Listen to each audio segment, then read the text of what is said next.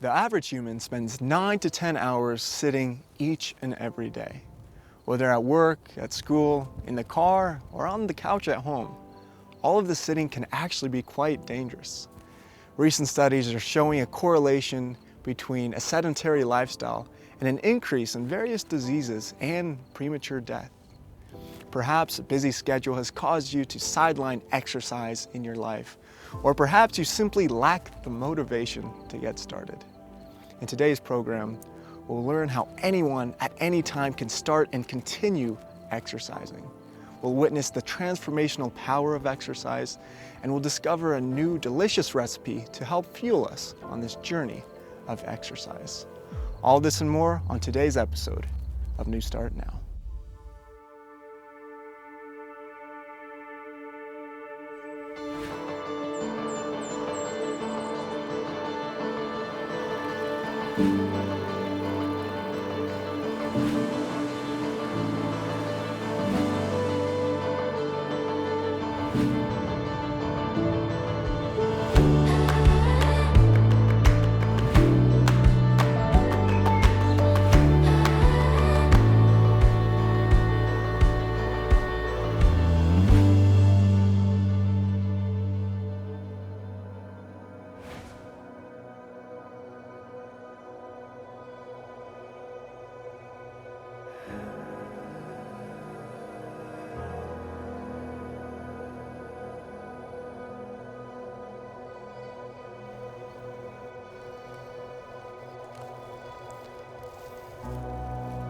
Hiking is a great way to get your heart rate up and spend some time in nature. Sometimes it's hard to start exercising, but once you do, it's worth it. It can give you a new perspective on life and it can give you a new start. I'm your host, Jonathan Hunter, and today we're going to be looking at exercise, one of the 8 components to a healthy lifestyle. Maybe it's something that you dread, something that you don't want to do, but we're going to show you how exercise can change your life. Up next, we're going to have a powerful testimony about just this.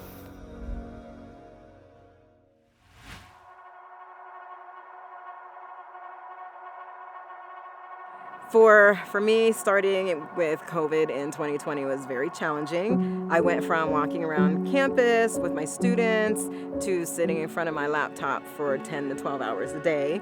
My typical day was I went from my bedroom to my office, and from my office to my recliner, and then to bed. And other than walking my dog, I probably maybe would get 1,500 to 2,000 steps a day. When I was working in school, I would say I probably would get about 10 to 12,000 steps a day. So to go from that down to maybe 1,500 just wasn't good. I felt pretty sluggish. I felt like I was really slow. I felt really tired. I didn't have a lot of energy, and I just pretty much just got comfortable sitting in front of the computer. So in December of 2020, I did participate in the checkup that my district was giving, and I had never seen so much red. So my cholesterol was high, and my A1C was high, and I knew right then I needed to make a change. I had known about NEWSTART at Weimar for quite some time, so I went online and I found the information. I called and I spoke with someone here, and unfortunately I wasn't able to start the residential part at that time, so I signed up for NEWSTART Online, and I participated in NEWSTART Online. I participated in the Zoom calls. I read the material online. I watched the cooking demos, and I also went on to the YouTube channel and I watched all of the testimonials there as well. And it made me feel inspired that, I know I need to do this. Towards the end of May, my doctor had put me on blood pressure meds about 2 weeks before the next NEWSTART session. So for me, that was kind of the final straw that I knew I had to be actually at the program for the full time to get the full benefits. When I met with Dr. K, my initial blood work here, the baseline, was better than my previous at home, but it was still not good. I was thinking about what to do, and my prescription for her in regards to exercise was to start just where she was. and to add a little bit more. And with a goal, like in the first week or so, to get at least to about 5,000 steps, and we would just see how it went from there, hopefully to get her up to 10 or more thousand steps by the time she left. I was definitely a very reluctant walker, and I could barely make it around the half-mile loop without having to stop 3-4 times to catch my breath. To go from reluctant to really be on board was when she realized that she was at high risk for cardiovascular disease, and this was based on the lab work that we did when she first got here. She had a number of things, cholesterol, inflammatory markers, other things that just put her in a high-risk category, and I think that was very sobering for her. So I started doing the 5,000 steps around campus, and once I got to that point, he encouraged me to raise it up to 10,000, which I did, and next thing I know, I'm doing 10,000, 12,000, up to almost 20,000 steps a day. My feet used to always swell, so my feet don't swell anymore. I'm noticing that I'm walking a lot faster. I'm able to walk up the hills. I'm able to do the trails. And I just noticed that I'm able just to walk quicker and can hold a conversation now. And when I'm not walking, I'm feeling like I need to get outside and I need to jump on a trail, or I need to walk around campus. I just think I'm more on top of my game, not being so sluggish and tired from not exercising all the time. And what was really exciting for her was at the end when we repeated lab work that tested for cardiovascular risk, and you could see just improvement in all those numbers, from her cholesterol numbers to her inflammatory number. My cholesterol had gone down, my A1C had gone down, and my final test results were much better. My cholesterol went down, my blood sugar was down, my blood pressure was down, and I was no longer on the road for a cardiac event. The thing that stood out for me as far as exercise is how important it is to get up and to get out and to get moving. Whether it's in nature or just around my neighborhood, that, we're not designed to just sit. We are meant to get out and move, so exercise is key.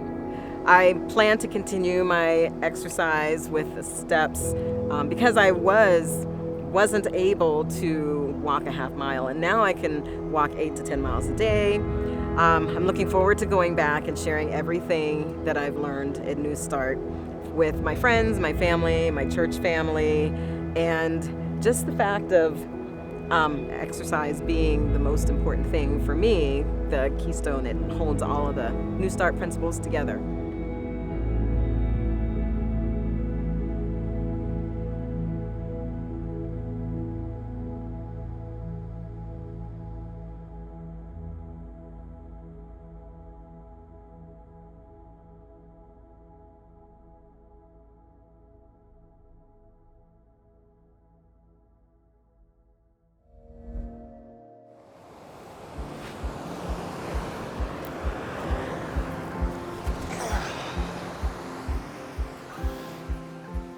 Oftentimes it's difficult to muster up the motivation to start exercising.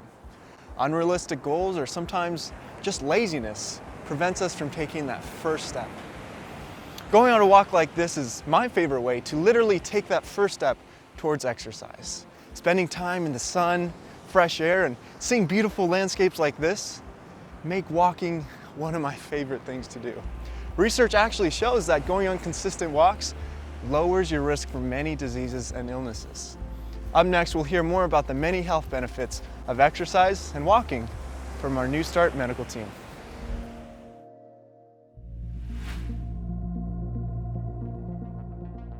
Oh, you want me to do this thing? Yeah, go for it. You're serious? Yeah. Take one. The biggest health problem of the 21st century is lack of physical activity.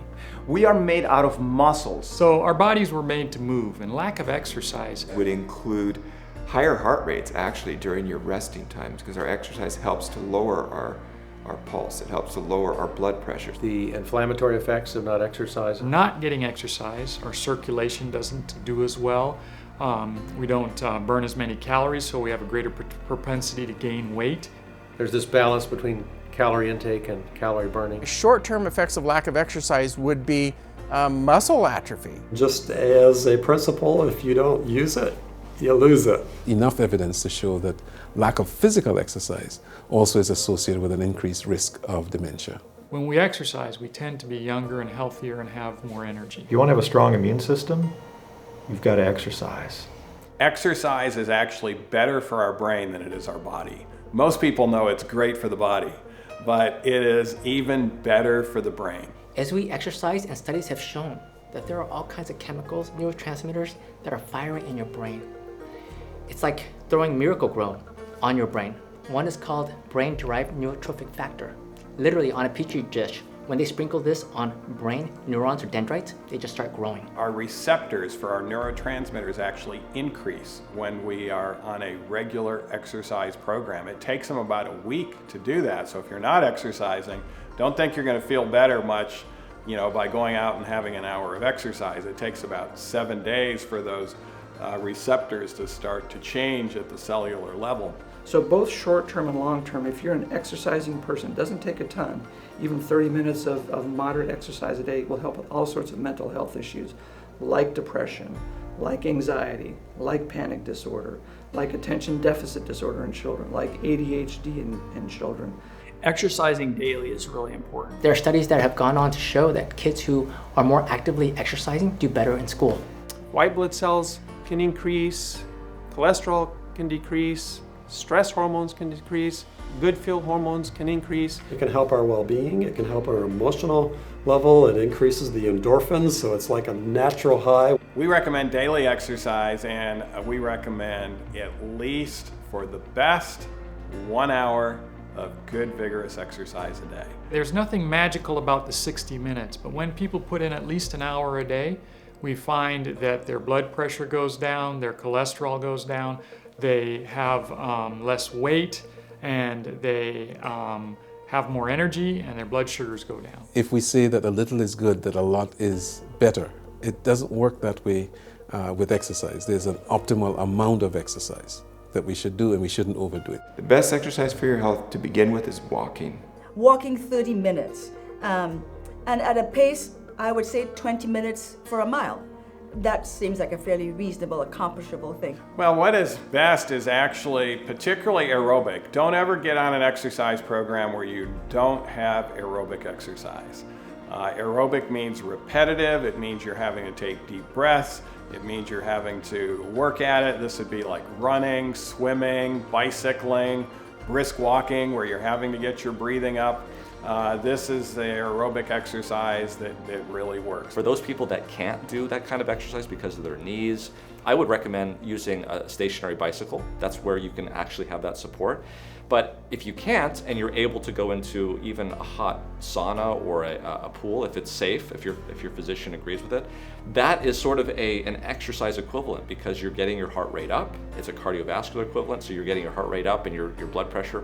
And there is some data from Finland where they do a lot of this kind of research that going into a sauna or a hot pool could be just as good as exercise. Developing a habit takes a decision to do that, and then it takes consistency. Schedule it as though you schedule time to eat, and then tie it usually with something that you do. For example, go for a walk after you eat, just a short walk. Think about, well, okay, I'm gonna park the car real far from the store and walk to the store briskly, because I'm trying to get exercise. Okay, I'm trying to include my exercise in my life. They took registered nurses and they've tracked them, and they tracked those nurses who exercise. They have longevity that is statistically profoundly significant, in some cases 10 to 12 years longer. You know, I'll have patients come and see me and they'll tell me I exercised 3 days last week, and they're kind of proud of themselves. And I'll say to them, well, if it's your medicine, would you go to your doctor and kind of be proud about, I took my medicine 3 times last week? You need to take your medicine every day, so in the same way you need to take your exercise every day.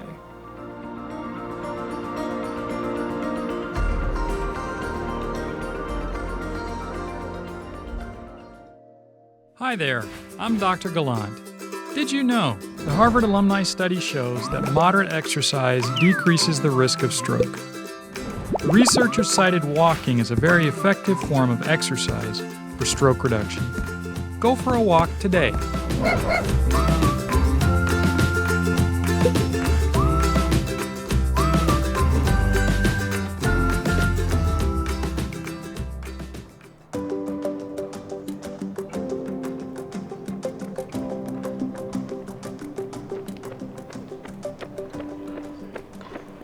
As you can see, I'm convinced. And with all this exercise, I've worked up quite an appetite. Let's run over to the NEWSTART kitchen to see what they have for us this time. Hello, and welcome to the NEWSTART kitchen. My name is Nicole Ramos, and today I'm going to be teaching you how to make fresh rolls from scratch. They're so easy to make, and yet they're a food that we tend to only really have when we go out to eat. But I'm here to change that and show you how to do it in the comfort of your own home. Right, so here are the ingredients for the tofu. So we have 1 block of tofu. This is a 14-ounce block, and it's super firm. The firmer, the better. And I've cut it into 18 strips. We have 1/4 cup of Bragg's liquid aminos, 2 teaspoons of garlic powder, 1 teaspoon of onion powder, and 1/2 teaspoon of ginger. And what you're going to do is just put all of that into a bowl to make your marinade for your tofu. And actually, you don't really need to keep or marinate this in and leave the tofu resting in it. What we're going to do is just dip the tofu onto here and bake it for about 30 to 40 minutes until it's nice and hardened and golden. Okay, there we go, that's done. Put all my bits to the side, and I'm going to bring my baking sheet here. Okay, so because you're not using oil, you do want to get a non-stick baking sheet. And that's because you don't want to be freaking out once these babies have come out of the oven. And you're just going to dip them in like so and just put them onto your baking tray. I'm not going to bore you because I know that you could probably do this really well. I'm just going to say when you're done, you'll end up with quite a lot, well, not quite a lot, quite a lot of this, well, some of this powder at the bottom. And if you just spoon it onto your tofu, it helps it create the most delicious crust, which will really help bring out those flavors in your fresh rolls. So that's a little tip for you. I'm going to finish these off, put them in the oven on 400 for about 30 to 40 minutes, and then I'll come back and show you the finished result. Okay, so my tofu has finished baking, and as you can see, they are looking fabulous. And they came up right off the pan. Make sure you use that non-stick, yeah? Good. We'll put these to the side and I'll just run you through some of my add-ons for this particular dish. So first we have some butter lettuce. And the reason why I chose butter lettuce is because it's so soft and malleable. And this is kind of what you need to make really perfect spring rolls or fresh rolls. We have some bean vermicelli. Alternatively, you could use rice noodles. We have some cucumber, and they are just sliced like that, not too thick. We have some julienne carrots, some thinly cut cabbage, some cilantro, some sliced avocado, and some sesame seeds. Oh, and last but not least, let's not forget the star of the show, our tofu. Okay, so if you're not familiar with fresh rolls, you won't be familiar with rice paper.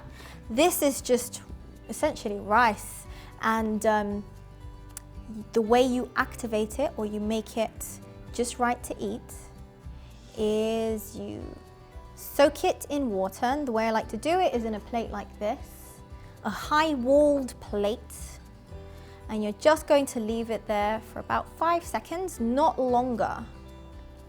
You want it to be like this, but not sticky and soft. If by the time you remove it from the water, it's sticky and soft, throw it out and use another one. It's going to be really hard and really sticky for you to roll it up.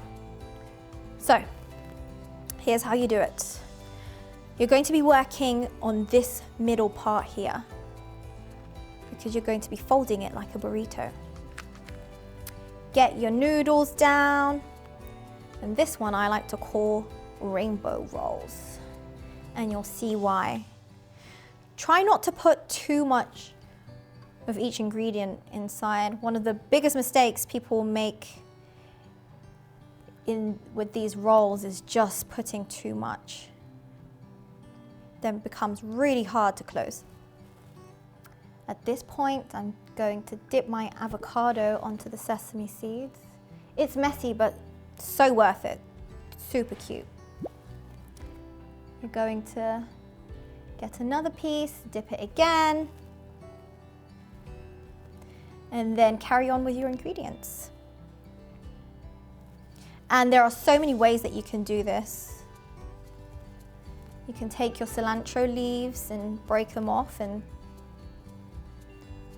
lay them down. And this is, you know, just to show how creative you can get with this. I'll put more cilantro because I love it. And let's not forget the life of the party here, the tofu. It's nice and salty, so it adds good flavor to that. So level of difficulty with this is quite high if you are a beginner, just because you have to make sure that you're rolling and tucking and holding all of these things in. Oh, my little leaf there. I want it to show. And you're just gonna roll like a burrito. Roll, roll, roll, and look at that. Nice and closed. And look at all those colors. So you see the cilantro leaves, the cabbage, the avocado with the sesame seeds, the carrots, the cucumbers, and there you have it, your very own rainbow roll. And you can serve it with a lovely almond butter sauce. And there's a recipe up for it on one of my earliest videos, so be sure to check that out. But for now, I cannot resist.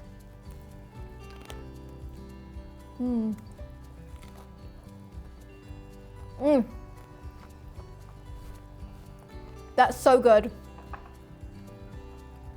So many flavors, sweet, salty, there's a little bit of sour. Oh, amazing. You have to try this. But while I'm, doing this, I'll let you go and I'll see you on my next video.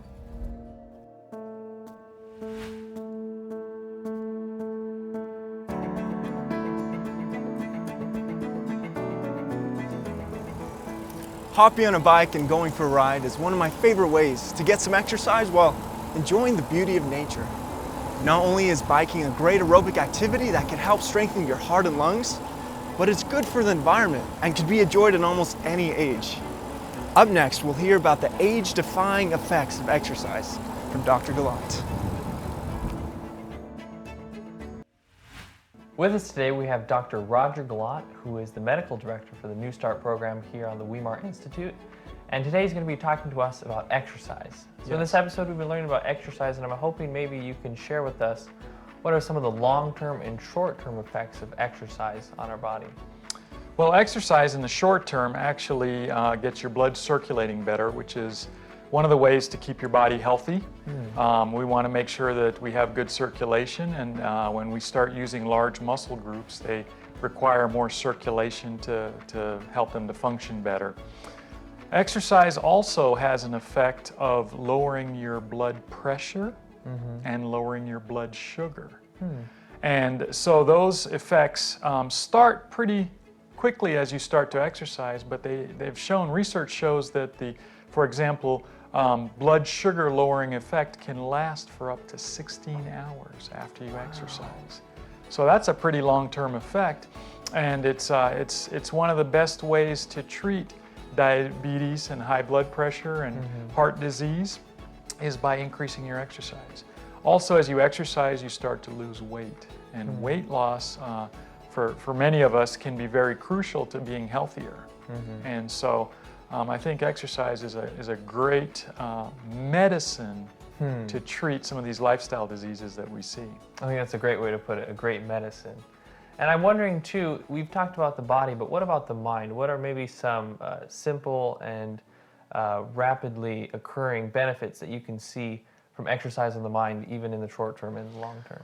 So as you start to exercise, like we said, circulation improves. You're going to get better blood flow to your brain. That means you're going to get more oxygen and more glucose. Our brains require oxygen and glucose to function optimally. And so as we start to exercise, we're going to increase blood flow to the brain, which is going to make the brain work better. Also, exercise releases endorphins that are things that help us to feel better, help us to have a more positive outlook, and help us to help our brains to just function better. You know, if you go outside and take a walk in the fresh air, after you come back, you feel rejuvenated. And your mind works more efficiently if you do that as well. Wow. So for people maybe that don't have the ability to exercise as long or as hard as others, is there still some benefit found in moderate exercise? Absolutely. In fact, for the majority of our patients, we recommend moderate exercise. And the way we define moderate exercise is if you are able to exercise and keep up a conversation, you are at a moderate pace. When you're winded and out of breath, you've gone beyond moderate to more intense exercise. And so what I tell patients is, you know, if you're able to keep up a conversation, then you're able to exercise at a moderate pace. And that is different for each of us as individuals because we all have a different level of exercise tolerance. So I tell people, start where you are. If you can only walk for 5 or 10 minutes, do that. But then every day, try to increase that a little bit and do a little bit more. And research has shown that if you do that, you can actually reverse heart disease, you can reverse diabetes, you can reverse high blood pressure, some of these diseases that we consider the lifestyle diseases. So you recommend to people to kind of start a little slower into it, maybe if it's something that they haven't been doing frequently or maybe haven't done ever, just to kind of slowly ease into exercise and not push it too hard. Yes, yes. And then as they're getting more accustomed to it, gradually build up. So what about for someone maybe who's just struggling to find the motivation to get up and maybe exercise early in the morning, or they're wondering where is the right time to exercise? What kind of motivation or tips can you offer to someone like that? So I do recommend exercising early in the morning. Early in the morning, the air outside is the cleanest. You know, there's been less traffic and industry through the night, and so the air is clean. I recommend trying to exercise outside if at all possible. Research also shows that people who exercise early in the morning tend to stick to the exercise habit better. You know, when we say, oh, I'll exercise when I get home from work, it usually doesn't happen because by the time we get home from work, we're tired and it's been a long day. Something that can be motivational for people is if you exercise with somebody else, you are able to each motivate the other to stick with the exercise.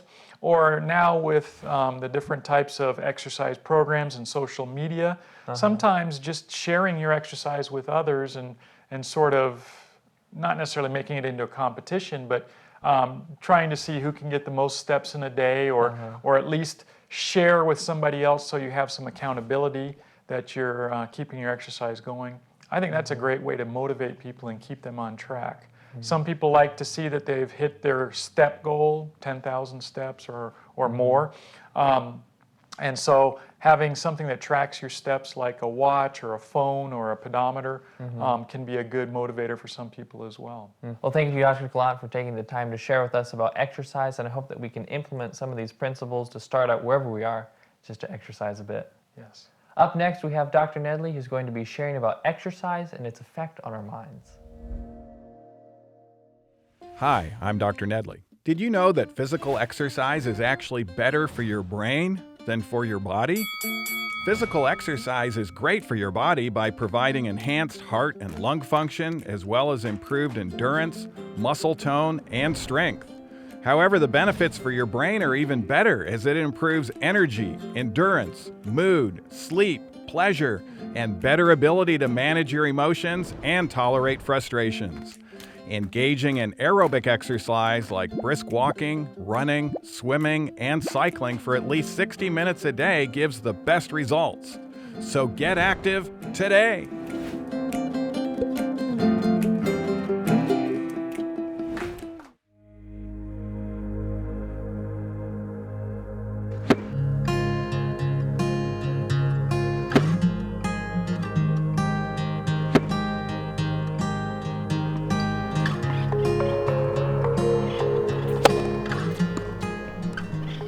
Whether it's a fast-paced game of tennis or something simple like going for a walk, exercise helps us win at the game of life. Up next, Dean Cullinan will take us back to the Bible times to show its continuing value.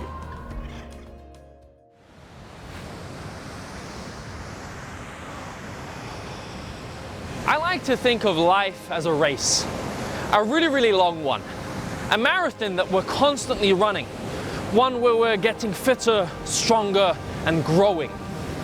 Exercise is essential to growth. I mean, we've practically been designed for it. We walk, we run, we squat and we lift, we pull, power, and push our way through, over and under all manner of obstacles. This in turn makes us fitter, but also prepares us for the experiences in life that are going to be really, really tough. Faith is like a muscle. And if we don't use it, strengthen it, and exercise it daily, it too will eventually just atrophy and die.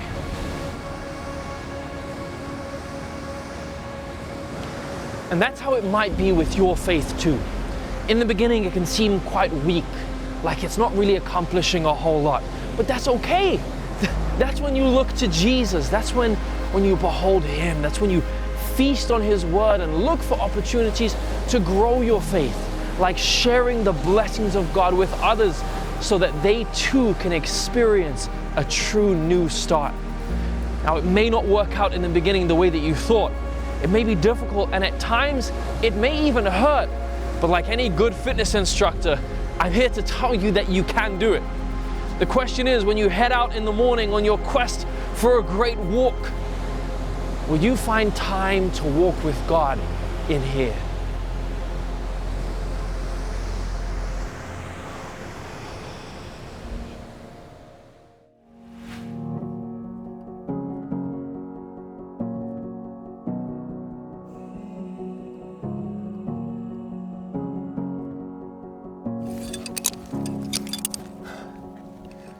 Now, doesn't this beat watching TV from a couch? In today's episode, we not only saw practical ways to start exercising, but we discovered just how important exercise is for a balanced lifestyle. Perhaps you have a few more questions about exercise or other health principles, and would like something a little bit more in depth. Well, we'd like to invite you to become a part of our NEWSTART online family. Our program features 40+ health presentations, pre-recorded by our NEWSTART medical team, delicious whole food plant-based recipes from the NEWSTART kitchen, and the encouragement and resources needed to make a change that will last. All this and more is just a few clicks away, so visit the link below to get your journey started today. And use the promo code NEWSTART now to get 10% off your first subscription. Exercise is hard, and it's hard to take the first step, but once you do, it's the gift that keeps on giving back. Until next time, I'm your host, Jonathan Hunter, and remember, it's never too late to make a new start now.